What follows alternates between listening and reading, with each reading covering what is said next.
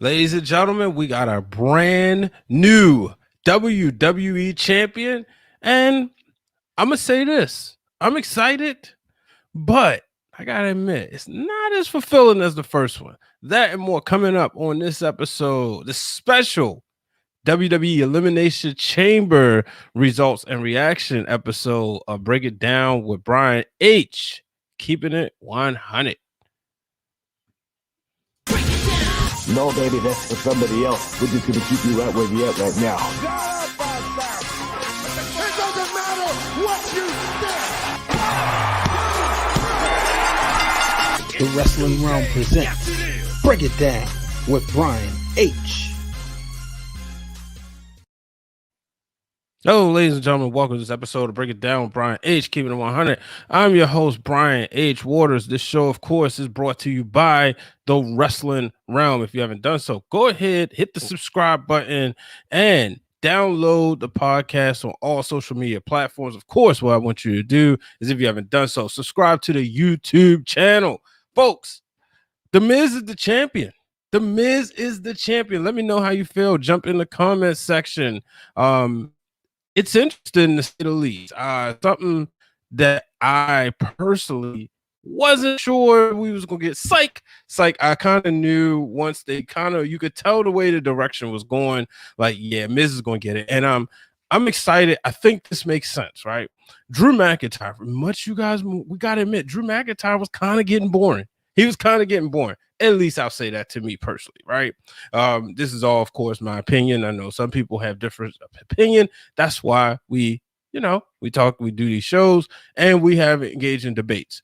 But I felt like Drew McIntyre was getting a little boring as the champion. Maybe it was because the lack of the crowd, or maybe he just had it too long. I mean, I was happy when he won it. When he won the championship back in at last year's WrestleMania. I thought that made sense. But now I'm like, all right, man, it's time to wrap this thing up, right? I really enjoyed the chamber match. I have to say, at one point, it looked like Kofi Kingston was getting hot. It was surprising to see Randy Orton out early. But one thing it always seems like with Randy is that he gets to a point like, man, all right, I'm done. I went in this, get me out of there early. And that's what it looked like. And then, he did his thing, hitting the RKO on everybody. So then you sitting there and you're like, all right, so what's going to happen, right? Well, Kofi, he's starting to get a little hot, and then boom, Sheamus took him out. I thought Sheamus was really good. I like Sheamus as a heel. Never a big fan of his, but I do have to admit, I like Sheamus as a heel because to me, that heel persona is always interesting. It's always interesting to see what he's going to do, how he's going to act, the way he's going to react to people. And I thought he was great tonight as far as, him and Drew going out there, their whole relationship, their dynamic, whatever. So I thought that played out well. AJ Styles, AJ is AJ. To me, one of the best in the world. What he did, right? AJ Styles just going out there, playing up the armors. But here's the thing, and I saw a lot of people saying this online. They was asking, yo, why would you interrupt? Sheamus had Drew beat. He had him beat with the bro kick. 1, 2, 3, it was over, right? And instead, he goes out there and he hits the phenomenal forearm, and then he got the win, but then that allowed Drew to eventually get up, and then he would beat him where Drew was out. He could have let Sheamus beat him, and as soon as Sheamus get up, boom. So it's always fun to see fans and engage with other fans when they go into kayfabe, just really enjoying that part. So I thought that was interesting, but the story of the night, Drew McIntyre wins. Now, if you remember, before the match began, we saw MVP in the back with the Miz. And we all know MVP lately, he's been the master negotiator. And that's exactly what he did. He negotiated a deal.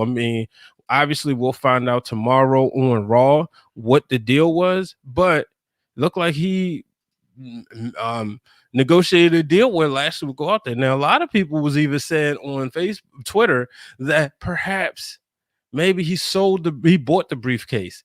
It would have made sense, but come on now. I don't think the Miz, he loves wrestling too much, so it wouldn't have made sense for the Miz to buy the briefcase. It would have been a cool story, but I just don't think he would have bought that because, like I said, he just loves the business too much. And kayfabe or not, you can always tell the way he is. Especially if you don't believe it, go back to that talking smack with Daniel Bryan. He was going back and forth with him and telling him like, "Look, I'm here every day," and that's when the Miz went on his infamous rant. So. So let's jump in the comment section real quick. Glenn said the cash in was good. Lashley and Drew at Mania. That would be interesting. I would love to see that. We got Rafael Alvarez. I hope I said that right. He says, I'm happy for the Miz. He worked his butt off for years, and The Rock screwed his past opportunity for a proper title run. I'm not going to go that far, right? He did. I'm going to say this. Yeah, you're right. He worked his butt off. I loved all like the "you can hate me now" stuff. I'm not going to say The Rock screwed it.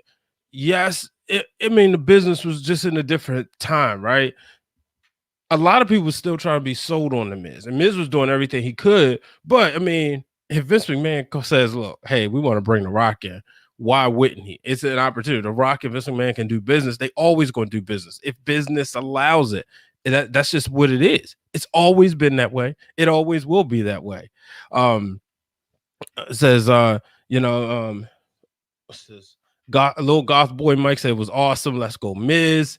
Glenn says he thinks Drew gets the title back before Mania. Glenn, shout out to Glenn. Wrestling Marks of Excellence. If you haven't done so, check it out. It's one of my favorite shows, always in a rotation, not just because Glenn is my big brother, but one of the things he and Corey had brought up, Corey said that he did not think that we had the WWE Champion. This was after their Royal Rumble show. So tonight proved that, right? Tonight proved that. But I don't think, I think he's had his time. He's still going to be a top guy. He'll get opportunities down the line, but it's going to be interesting to see what happens because I think the Miz is going into Mania champ. Now we could get a triple threat match. We still got Fastlane, so that's where things are going to get interesting. Little goth boy Mike says he don't think Miz is going to get a long run. To be honest, remember, and so and real quick, and my boy Brian Langford, aka Brian Ain't Lying, he's been on here a few times. Says it's Mania season. And Vince doesn't trust Drew headlining Mania. He headlined last year. He headlined last year. And I guess what you're really saying is you don't see him doing it again, right? But here's what I'll say. As far as the Miz, why this makes sense. Y'all got to think about one thing. Peacock, NBC owned. What channel does Miz and Mrs. come on? Comes on USA. In case you don't know too much about television, that's under the same umbrella. And because that's under the same umbrella, that's why I believe that they trust the Miz going into this. Miz, when he was must-see TV, if y'all don't remember, NBC used to consider itself must-see TV. That was like its brand back in the day. So because of that, I think they're going to continue. It was like they took that and Miz went with it. Miz is also going to hopefully change the WWE Championship, probably turn it upside down with the M. That'll be cool. That's what that does. That's more merchandise. I know they didn't sell the spinner that way. Wouldn't be surprised if he got his own custom belt because we see now, if you're a belt collector like me, the collection of belts is a huge deal, right? They got the Razor Ramon belt. They obviously got the Bret, Shawn, Hogan belts. They got the Eddie Guerrero, the Cenas, the Chynas, Ultimate Warriors. They got Daniel Bryan, Bray Wyatt, or the Fiend. They got all these championship belts. So I wouldn't be surprised to see them do a collector's edition for the Miz. It's money in this championship reign. Yeah, thanks, Glenn, about the point about Peacock. It's money in this championship reign. So I'm gonna go ahead and do this. I'm gonna drop the link in the comments if anybody want to hop on and talk wrestling with me. But it's money in this, so I believe that because of this, right, it just all makes sense. So that's the reason why I'm really excited for the Miz being the WWE champion, because at the end of the day, It's something new, something fresh. And guess what? Raw is must-see TV. So because Raw will be must-see TV. A lot of y'all been complaining, said Raw been boring and it's not been fun, even though I do think AJ Styles and Amish has been interesting to watch. I think Miz and Morrison are always interesting to watch. So because of that, that's why I personally believe that this will be interesting as we head into Mania season. And this is something, the Miz is he's a WWE guy, folks. He's somebody who is dependable. When's the last time Miz got hurt? I think he got hurt, or maybe it wasn't hurt. Maybe he got hurt or sick last year around Mania, but outside of that, you never hear about him getting injured. You never see him in the news for the wrong reasons. So it says Conda sucks. They'll go past Drew Sheamus without a great ending. That's something you could do for Mania without the title. We talk about not needing the title. Both of them could need opponents, Mike. So there you go. I think you just booked it. And Miz being a Grand Slam champion, this is just adds on. I saw something on Twitter and somebody said Miz is about to be, he's teetering first ballot Hall of Famer. And then somebody quote tweeted said, teetering? Like, are you serious?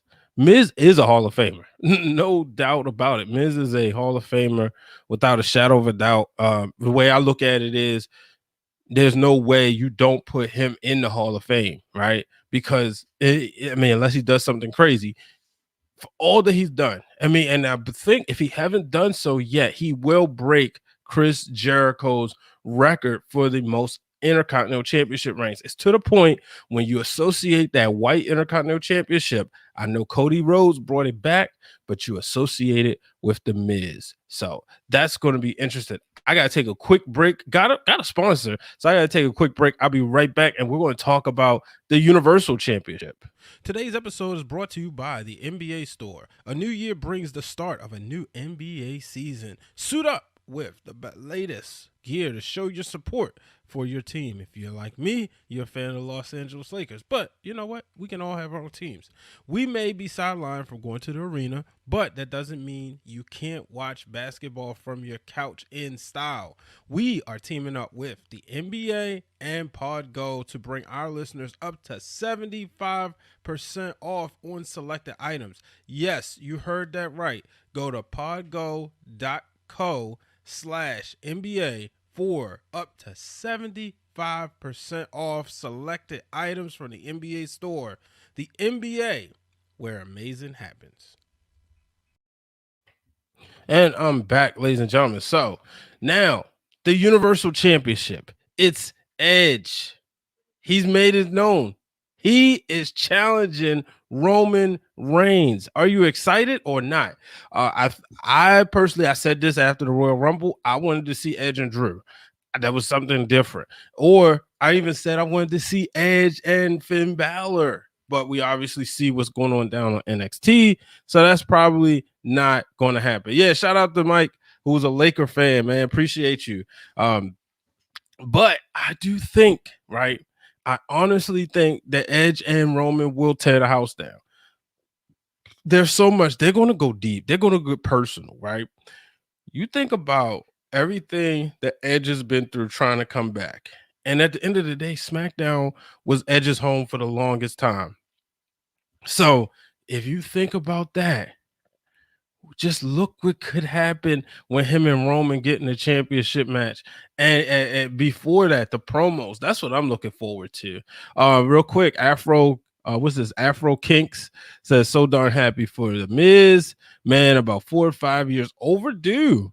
Wouldn't mind seeing Bobby take it in a triple threat match at Mania. And Mike says, I'm excited for Edge Roman. I think they're going to really sell me on this. It's a lot of times that I'll admit going into WrestleMania, there's matches I'm not excited about, right? I'll take it to WrestleMania 28, the first one I ever had the honor of attending. Shout out to Glenn, who before I went there, kind of gave me the law of the land. As a matter of fact, he's getting ready to join in. And so that's going to be fun. But we talked about WrestleMania and, he kind of showed me like, hey, man, this is what you can expect at WrestleMania. I didn't want to see Taker and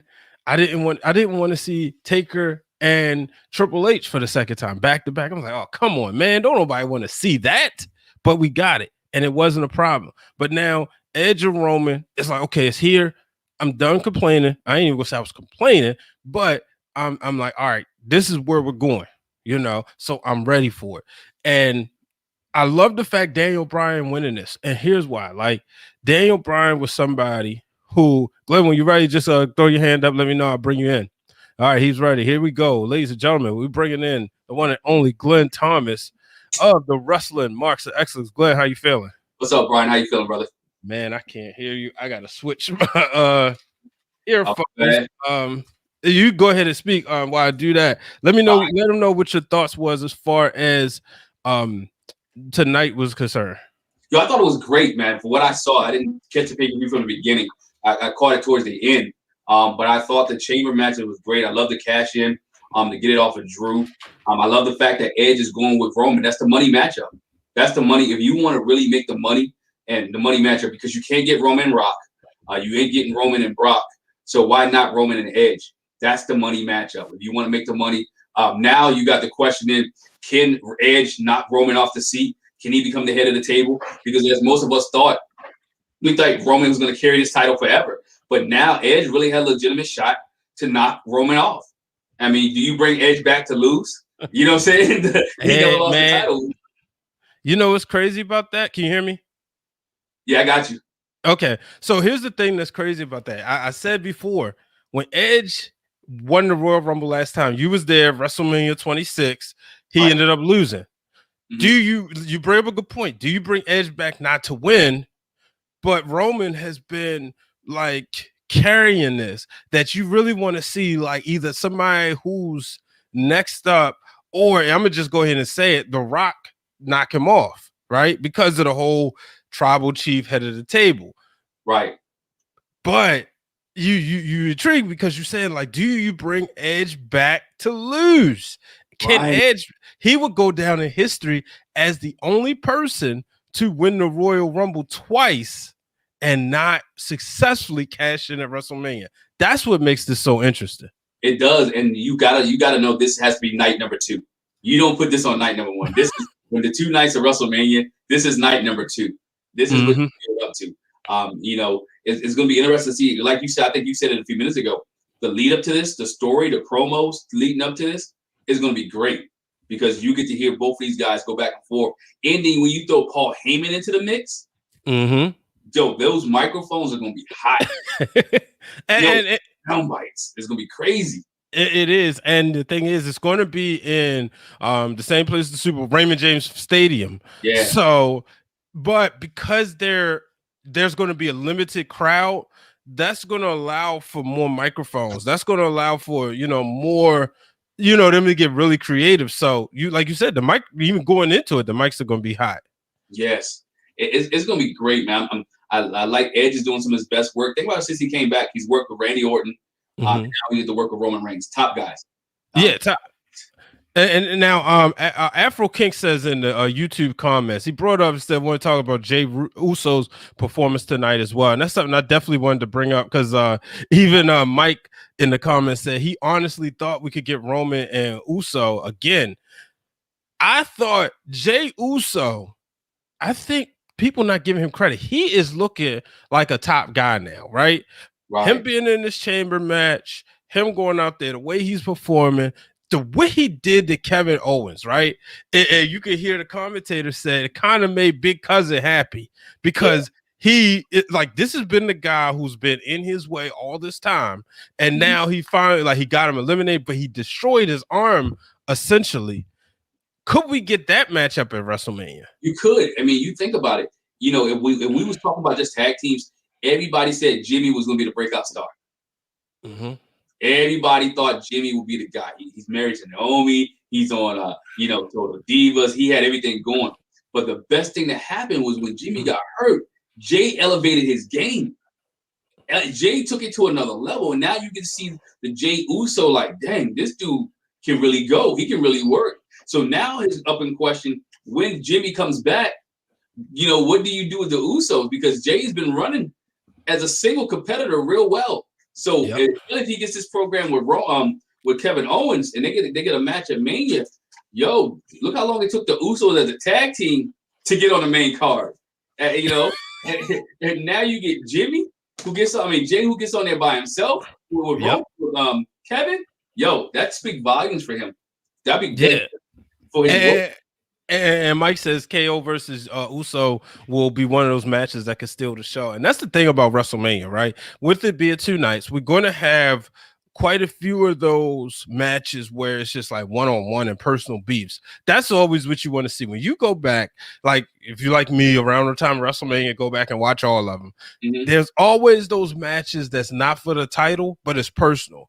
Yeah. Last year, was it Kevin Owens and Seth Rollins? Yeah. Was it Shane and Miz? Was that it? Yeah, Shane and the Miz. You had Taker and Shane. Wasn't for a title, and that was personal. Yep.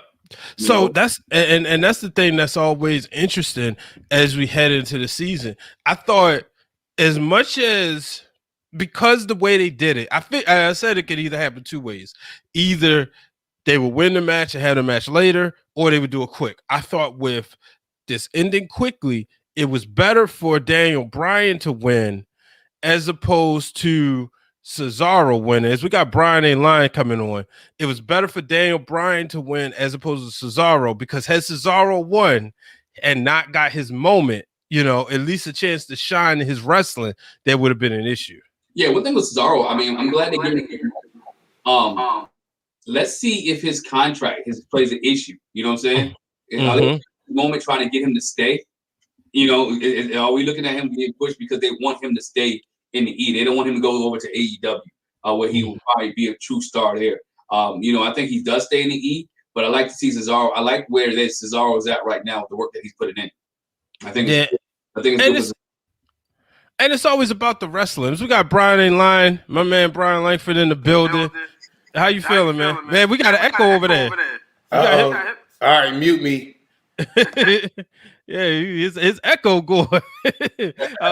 But yeah, that's the thing. When you sit back and you look at everything, that's where I'm interested to see is he said Jericho and Christian. That was a sweet grudge as well. WrestleMania 20, we all remember that for Trish Stratus being, pulling the heel turn. Oh, you there? Oh, okay. Yeah. But one of the things too, I don't think Cesaro leaves. I think I'm gonna be honest with you. Mm-hmm. I think they sold people on a pipe dream about AEW as far as the money, the benefits, and all that. Zack Ryder, why is Matt Cardona not in AEW? Right? And you could argue that Cesaro would be a bigger star. Obviously, he's a better wrestler. It's no disrespect to Matt, but why didn't he stay? So I don't think that grass is as green as people thought it would be. And that's the reason why I personally believe that he will stay in the WWE. Plus his wife is there. Yeah, plus you got to look at it too, though. With the AEW, people realize they're pumping money into it. They're not getting money back because there's no fans. The TNT deal, we don't know what that is. Their merchandise deal is okay. I mean, Tony Khan and them are pumping out a lot of money and not getting much of a return. So they may not be able to afford a lot of these people in contracts and stuff. I don't know how much money he wants to keep pumping into. I'm not saying he's Dixie Carter or Dixie Carter dad, but think about it. They're not getting a return on the crowds and house shows and money and pay-per-views. So, and they don't have what you call the network where WWE's getting, $18 million a month just because of us at $10.99. I mean, at $9.99. So that's revenue. So there's some money to be played or some money to be moved around in AEW, which they're not talking about. Yeah, that's a good point. That is definitely a good point. Want to move into the women's match. I saw some people thought it was sloppy. I thought, I know I'm gonna get heat for this because they're gonna say, "Oh man, you're a WWE shill." That's because me and Corey deal with it all the time. I personally thought it made sense. Sasha and Bianca, they don't have chemistry. They're not supposed to. They was just teaming up. There's a trust factor going into this match. And that's why I thought a lot of times things look hesitant because, okay, we can win the tag titles, but are you coming for my title? Or do you think, you know, Corey Graves, if people pay attention to the small details, and that's the reason why this is the show for superior wrestling intellect. If people pay attention to small details, what did Corey Graves kept saying? Sasha doesn't do well with tag teams. She always turns on her opponent. So Bianca going down the aisle, yeah, they dancing, whatever. They having that in their head. If you saw Tuesday, even after they won, they were still playing that I don't know how much I can trust you game. Bianca ain't no dummy. Sasha ain't no dummy. What did you think? I thought it was good, man. I think, like I didn't want them to win. I'm thinking okay. That was the unpopular opinion. I hate seeing that storyline play over again. The two feuding opponents have to win the tag team titles and they break up. They don't have it for a week or 2 weeks or 3 weeks in this case and lose it. I like to see Shayna Baszler. I think we talked about it before in another conversation we had. I like to see Shayna Baszler and Nia Jax lose it to the girls in NXT. Because I want to see, we have never seen the NXT women have the female tag team titles. I think with the Dusty Rose Cup, having incorporating women in this year, having a women's winner, I think that'll be a great push to have the titles go down there and have Dakota Kai and then be able to move around into the other organizations. Sasha and Bianca, let them lose. Now this creates a different feud, a different dynamic. You know, you lost. They pinned you. You can't beat me. Let them continue that feud and let Bianca be what she is. She's the baddest chick in the business, and she does it better than anybody else. And so let them two go back and forth and let her declare. It's time for her to declare on Friday night. Look, Sasha, I'm coming after you. Okay, we're down to one pay-per-view before WrestleMania. Let's get it out the way. Okay. Are you worried about Reginald and Carmella? Because they've been sticking their nose in this, even though it's been Reginald, but it's hard not to see him as being a plant. Are you worried that somehow they may insert triple threat match here? No, I think you might get Bianca and Carmella. I think it's Fastlane the next pay-per-view. I believe. I think you get Bianca and Carmella at Fastlane. Bianca wins, and then she'll go on and continue with Sasha Banks. And I think you get Reginald, who's trying to brush up to Sasha, but she's going to just, dismiss him anyway. I like him, though. I like the character that he's portraying. Yeah, and Fastlane is 1 month away exactly, March 21st. I was wondering, so that's enough time to do some story building. I kind of don't feel, I don't know. I'm like, do they really need it? It's not like, it's not like it's fans there, right? And it's not like you're trying to sell tickets. I get if there was fans there, hey, that's extra, 20,000 tickets, so that's extra $300,000-$400,000 and plus merch. But now it's strictly on the network. But this is also the introduction into Peacock. Yeah, if I'm not mistaken, this is the first time in a long time there actually is other pay-per-view besides Elimination Chamber before WrestleMania, right? No, they did Fastlane. That's when they did Fastlane before. It was, but it felt like it was before. You know what? I felt like it was before the Chamber. Right. Okay. I gotta double check. I always felt like Fastlane was before Chamber, and then this is where Corey helps me out. But I always remember the Chamber. Then WrestleMania. I can't remember things between. I'm gonna have to look it up. But to me, I think it's not needed. You don't need to tell any more stories. Now you just build to WrestleMania. You got enough TV. We got 3 hours of Raw. You got 2 hours of SmackDown. You got enough TV. You got NXT to be able to tell these stories and get all these matches in for the day. Because with WrestleMania being 2 days, you potentially got 13, 14, 15 matches. Yeah. That you could actually put in. So that's if we just go singles, that's 30 competitors. Exactly. Tag team. So there's a lot of wrestlers. So there's a lot of stories to be told and to get to where we need to get to. Yeah, and Mike says I don't like when they do extra pay-per-views. Yeah, I don't either.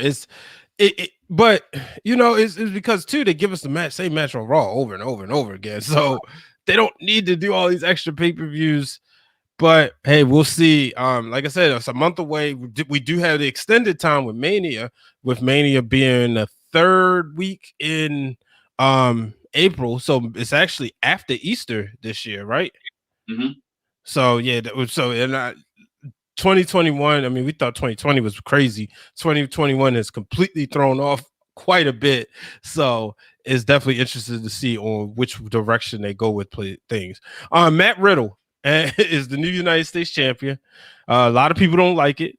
the internet never forgets. They don't forgive him or his wife the way they acted around the whole speaking out movement. But even if I wasn't a fan of his.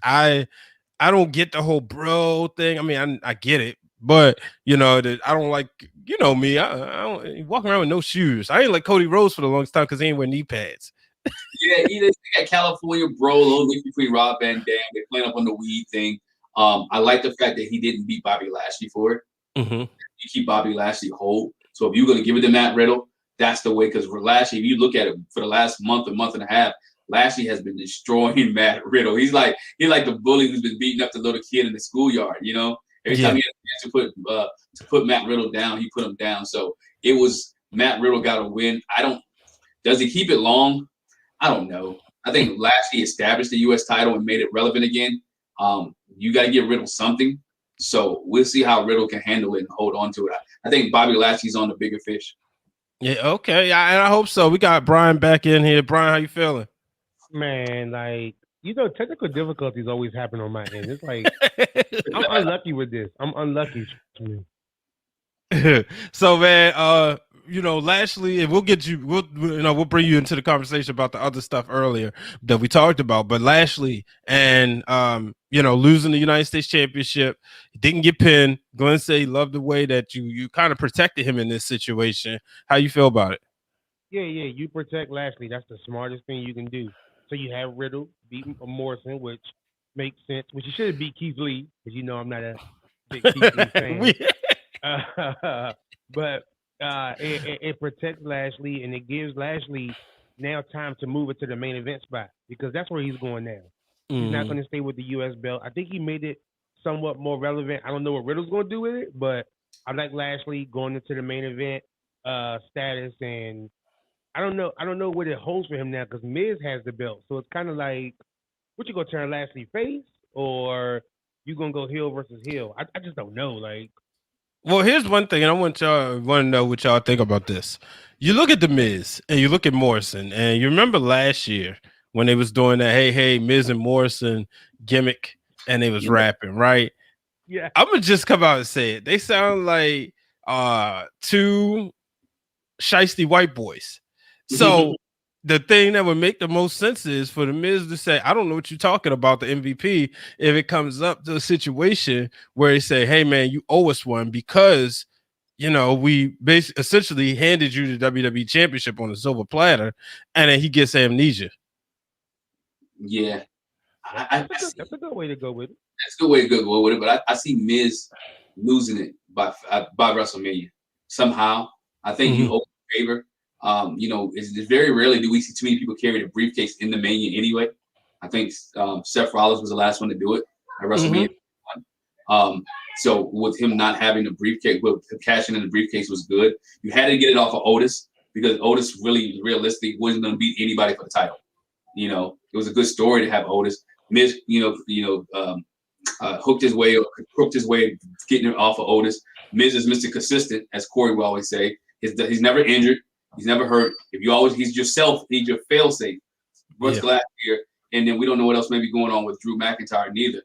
So now it gives an opportunity for the Miz to shine and for other people to come into play, like Bobby Lashley and other people like that. And you brought, that's the thing about the Miz, though. I do think the reason why I think he goes into Mania is because of him being consistent. Is because he's such a company guy. And like I said, with Peacock, them, I got double check, but I do believe that might have Miz and Morrison on there. I mean, Miz and Maurice, they might be streaming on there. So it all makes sense, So that's the reason why I think he goes into Mania as WWE Champion. He said on Table for Three, it was him, Dolph Ziggler, and it may have been Daniel Bryan or somebody else, when he said, or maybe it was Zack Ryder. I believe it was Zack Ryder. He said he wanted to once again be a WWE champion. This was about 2015, 16-ish. And he's, he said people probably laugh at him and say, no, that's not going to ever happen. As of right now, he's WWE champion and the front runner going to Mania. Yeah, you can't knock it. I mean, he's history to making. He's history. He has been consistent. He has done everything the company has asked him to do. As far as interviews, work ethic, the movies, whatever company asked Miz to do, he did it. So I'm not mad at him winning. I think it's great, and it just sets up more story going into WrestleMania. Yeah, what you think, Brian? So, hey, Brian ain't lying. Are you there? Sound like he having technical difficulties again. Yeah. But that's I thought overall tonight was a great one. Fastlane did what Fastlane. I'm getting ahead of myself. Elimination Chamber did what it's supposed to do. It's supposed to set you up for WrestleMania. It allows you to get excited. It keeps you on that road. What did you think overall? I thought it was nice, short and sweet, man. 2 hours and 30 minutes. I mean, I think 234, 235 pay-per-view. It didn't have to be long. We didn't need 4 hours or nothing like that. I think, the 2 hour, 30 minutes, it told a story. I like how it started with the chamber match. I thought that was good. Daniel Bryan, everybody in the chamber match was whole, from Kevin Owens to Uso to Cesaro to Daniel Bryan. And then from Daniel Bryan going straight to Daniel Bryan and Roman, I thought was good.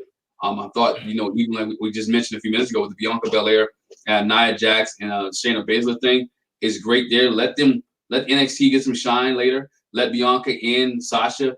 To me, I don't like neither one of them. Somebody need to be a heel. I don't think you go with two faces. Somebody need to turn. Somebody need to I'm sorry. I'm just traditional. Call me whatever it is. I think you should have a heel and a face. You know what I'm saying? And, so I think you should have that. What did you think, since you was around like older and an older wrestler fan, what did you think about Hogan Warrior? That was the first time we seen it at Mania. Yeah, first time we saw it, but you always thought Hogan was better than Warrior. So you had your fan, it was split.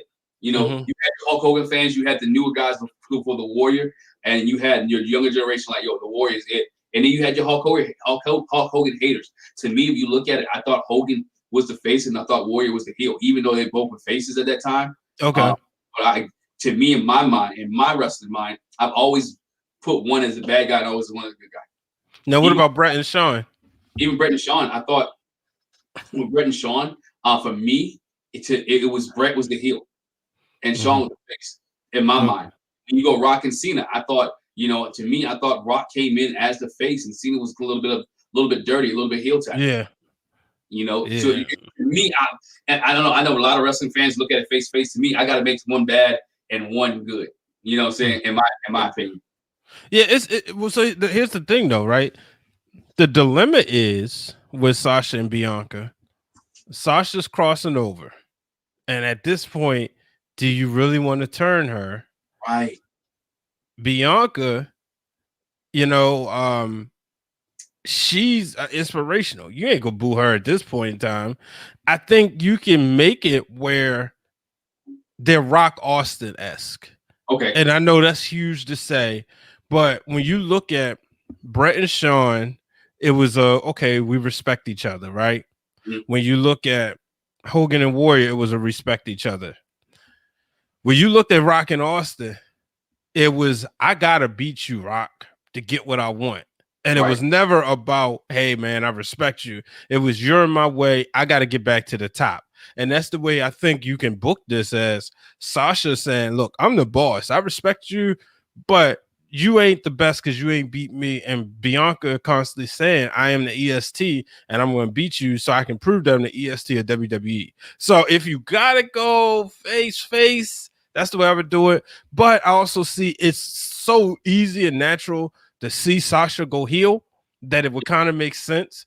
It's just right now, it's just hard for me to see Bianca go heel. Now, here's another thing. This is the one that needs fans. It definitely needs fans, because you think about like last year, the moment with was it Team Bad when they all had that moment in the ring. Here's another thing. Montez Ford and Angelo Dawkins was slightly bucking against authority. Right. With Sonya Deville. Sort of a heel tactic. I don't think you can make one, even though they don't work together, I don't think you can make one heel without making the other. Yeah. Because everybody knows about their relationship. Bingo. Bingo. And we saw them dancing with Sasha the other way.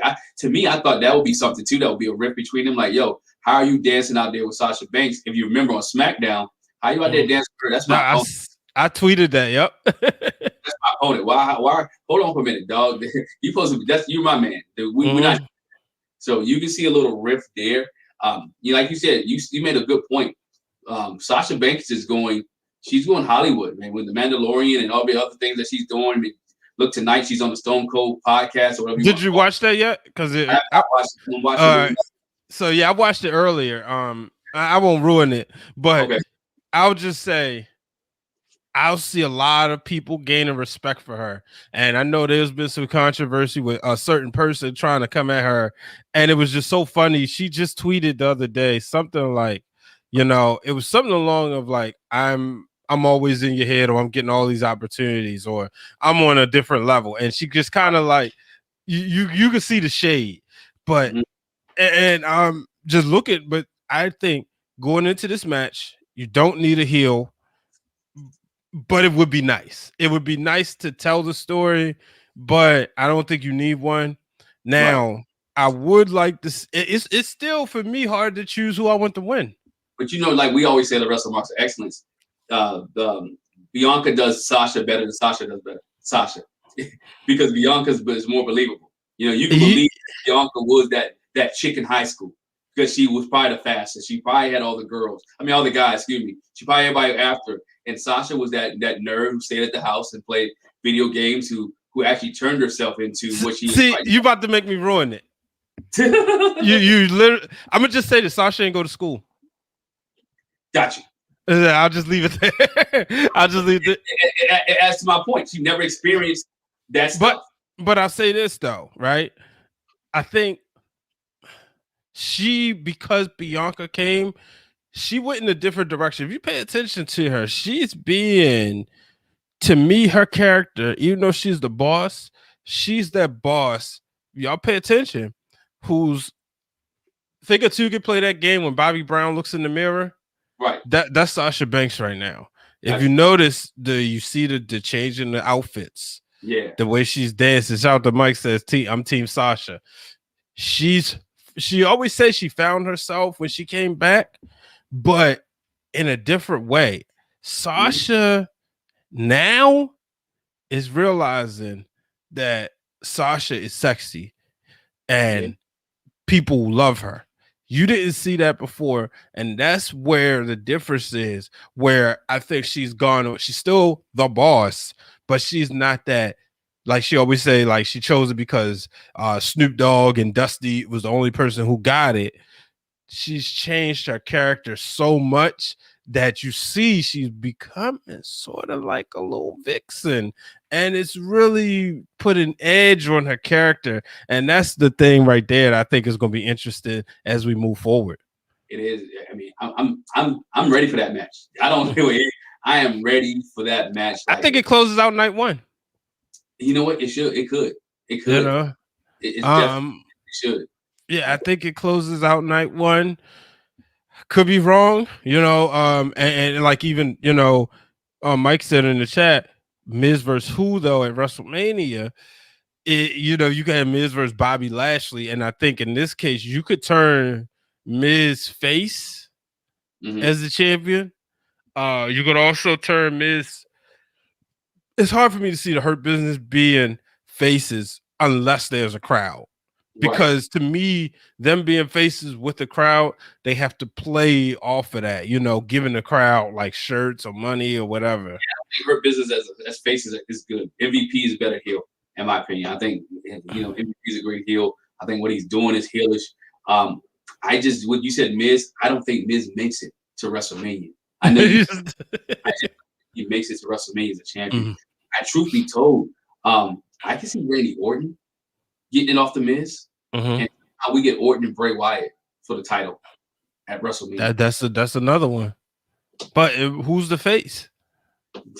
Dang, you got Raw really only has two faces, three. Yeah. Kofi. Wait, no. Yeah, Kofi and Sheamus. No, Kofi and Jeff Hardy in the main event picture. So two. Obviously a lot of people was hoping Keith Lee would be there, but I think we get thinking about it, I think we get Kofi Kingston and Mustafa Ali. I know he's been saying his name is Mustafa. Yeah, which if you really looking at storyline, that goes all the way back 2 years ago, where if Mustafa doesn't get in trouble or get hurt, Kofi took his spot, and we had the Kofi moment. Did you see Kofi turn around? Yeah, when he was walking out tonight, and I thought at first I was like, "Is he giving something away?" But I thought it was funny. He was walking out, and he did that quick turnaround. Yeah, so it has history there, so you can play on that story as well.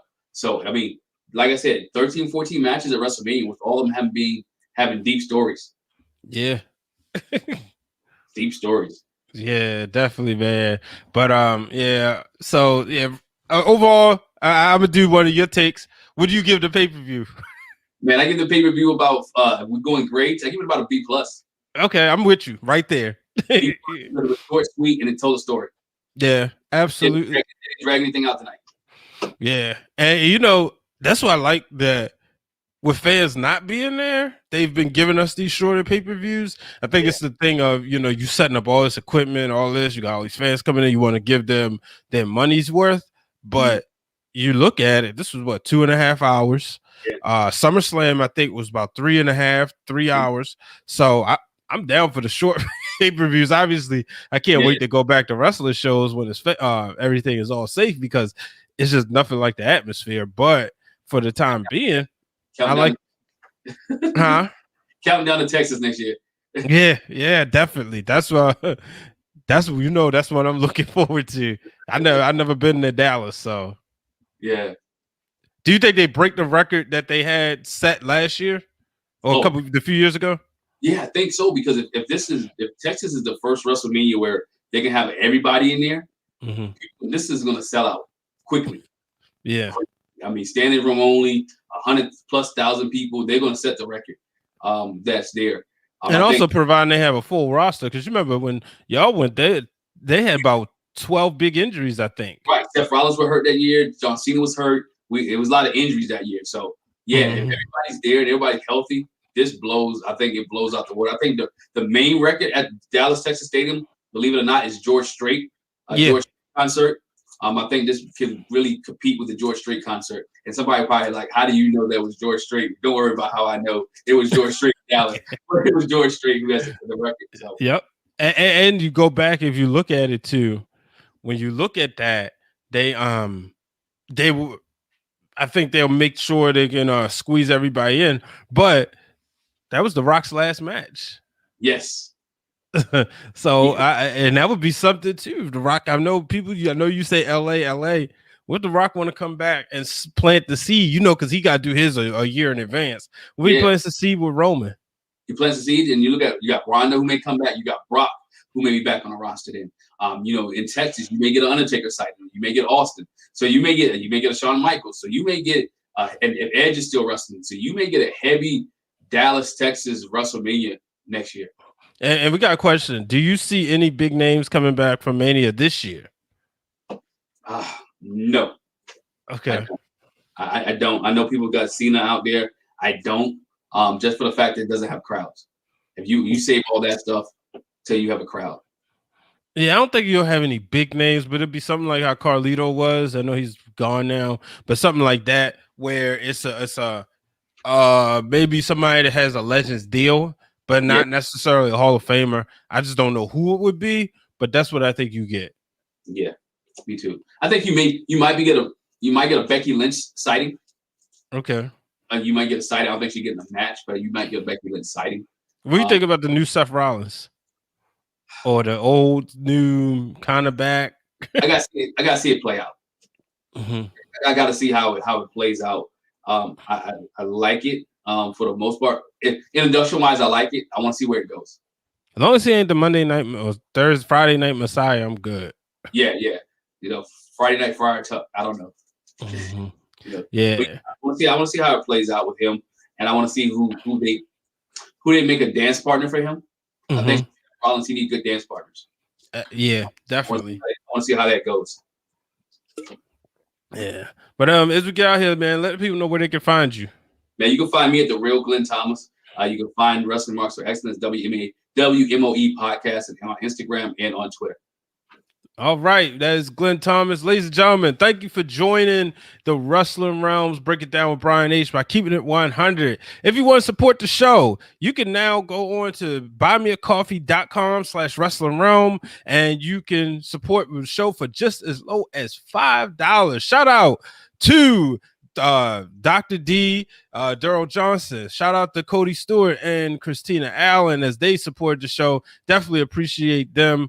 To everybody watching, shout out to Brian ain't lying. He says Rollins needs to go back to Monday Night Rollins. We know we tried to get you in here today. We'll get you in the next time. But until the next time, folks, so long, everybody. Thank you for tuning in to this week's episode of Break It Down with Brian H. Hit the subscribe button and turn on the bell so you get notified every time the Wrestling Realm posts new content.